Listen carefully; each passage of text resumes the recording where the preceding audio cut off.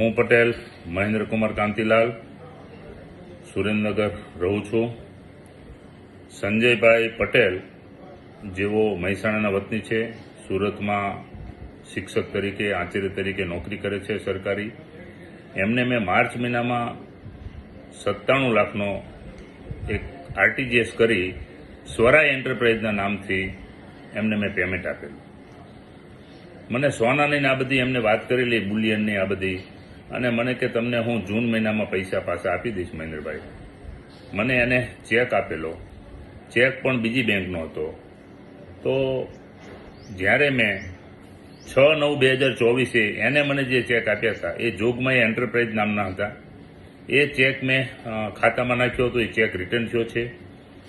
આ સંજય પટેલ એ ખરેખર બહુ ફ્રોડ છે.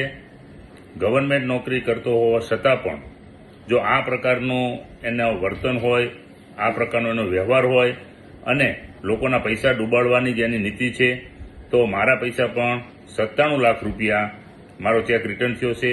મેં કોર્ટમાં કેસ પણ દાખલ કરી દીધો છે.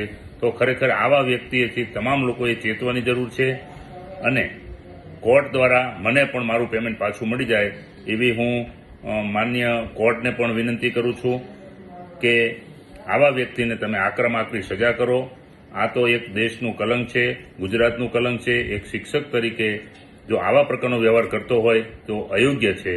તો પત્રકાર મિત્રો, સરકારને તમામને મારી નમ્ર વિનંતી છે કે આવા વ્યક્તિને કડકમાં કડક સજા થવી જોઈએ. અસ્તુ. ભારત માતા કી જય. વંદે માતરમ.